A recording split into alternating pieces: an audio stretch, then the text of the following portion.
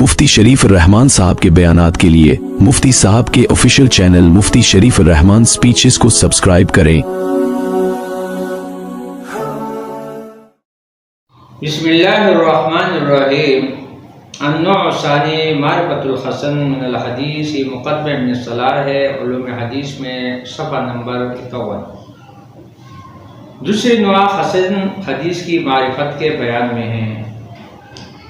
جس کو کبھی انشاءاللہ پشتو میں بیان کریں گے اور اردو میں، کیونکہ بعض حضرات پشتو ہے اردو نہیں جانتے۔ رواینا ابی سلیمان الخطابی رحمہ اللہ، ہمیں ابو سلیمان خطابی کے حوالے سے بیان کیا گیا ہے کہ انہ قال بعد حکایتہ، کہ انہوں نے اس بات کے بیان کرنے کے بعد کہ ان الحدیث عند اہلہ ینقسم الی اقسام ثلاثۃ التي قدمنا ذکرها، کہ حدیث محدثین کے یہاں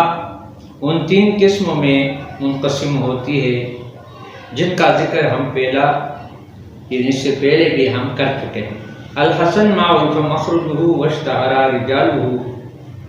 یہ فرمایا کہ حسن وہ حدیث ہے جس کا مخرج معروف ہو اور اس کے رجال مشہور ہو، نقل کرنے والے۔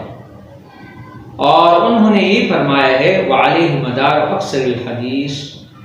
انہوں نے فرمایا کہ اسی پر اکثر احادیث کا دار مدار ہے، اور یہی ہے وہ جس کو اکثر علماء قبول کرتے ہیں۔ وہو الذی یقبلہ اکثر العلماء، یہ وہی ہے جس کو اکثر علماء قبول کرتے ہیں۔ ویستعملہ عامۃ الفقہاء، اور عام فقہاء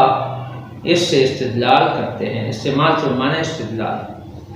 اور روینا نبی عیسیٰ الترمذی رضی اللہ عنہ انہ یرید بالحسن الا یکون فی اسنادہ من یتہم بالکذب، امام ابو عیسیٰ ترمذی کے حوالے سے نقل کیا گیا ہے کہ وہ کہتے ہیں کہ حسن سے اس حدیث کو مراد لیتے ہیں کہ جس کی سند میں سے راوی نہ ہو جو متہم بالکذب ہو، کذب کے ساتھ منسوب ہو، وہ حدیث شاذ نہ ہو، ولا یکون حدیثا شاذا۔ اچھا، وَيُرْوَى مِنْ غَيْرِ وَجْهٍ نَحْوِ ذَلِكَ، ایک سے زائد طریقے سے جیسے مضمون سے مروی ہو اور طرح سے۔ وقال بعض المتأخرین الحدیث الذی فیہ ضعف قریب محتمل هو الحدیث الحسن ویصلح للعمل به، بعض متأخرین نے فرمایا کہ ایسی حدیث جس میں معمولی ضعف ہو، الحدیث الذی فیہ ضعف قریب محتمل، یعنی معمولی ضعف ہو جو کہ قابل برداشت ہو، محتمل معنی قابل برداشت ہو، وہ الحدیث الحسن، وہ حدیث حسن ہے، وہ حسن حدیث ہے۔ ویصلح للعمل به، اور یہ حدیث ایسی ہوتی ہے جس پر عمل کیا جا سکتا ہے۔ حسن لغوی اعتبار سے صفت مشبہ کا صیغہ ہے، حسن سے ماخوذ ہے، جمیل اور خوبصورت کے معنی میں ہے۔ حسن کو حسن اس لیے کہتے ہیں کہ اس کے راوی کے ساتھ حسن ظن کا معاملہ کیا گیا ہے، کیونکہ جب اس کا رتبہ صحیح کے راوی سے پروتر ہے اور ضعیف کے راوی سے بلند تر، تو اس کے ساتھ حسن ظن ہی کا ہونا چاہیے، کیونکہ اعلیٰ سے نیچے ہے، ادنا سے اوپر ہے، کہ اس نے غلطی نہیں کی ہوگی۔ اور لفظ حسن کا استعمال کبھی اور کتنے معنوں میں ہوتا رہا، اس پر گفتگو قریب تفریح 12 میں آ رہی ہے۔ حدیث کی یہ سیگانہ تقسیم، یعنی صحیح، حسن اور ضعیف، سب سے پہلے امام خطابی ہی نے بیان فرمائی ہے، اگرچہ متقدمین کے یہاں حسن کا تذکرہ متفرق انداز سے متفق طور پر ملتا ہے۔ علامہ زرکشی فرماتے ہیں کہ حافظ ابن تیمیہ رحمۃ اللہ علیہ نے امام خطابی کی اس سیگانہ تقسیم پر کلام کیا ہے، چنانچہ فرماتے ہیں کہ حسن امام ترمذی کی اصطلاح ہے، ورنہ عام محدثین نے حدیث کی 2 ہی قسمیں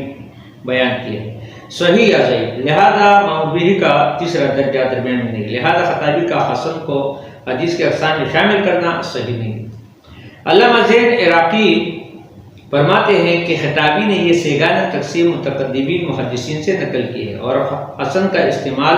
متقدمین کے یہاں متفرق انداز سے متفرق جگہ ملتا ہے، تو خطابی نے اس کو ایک لڑی میں پرو کر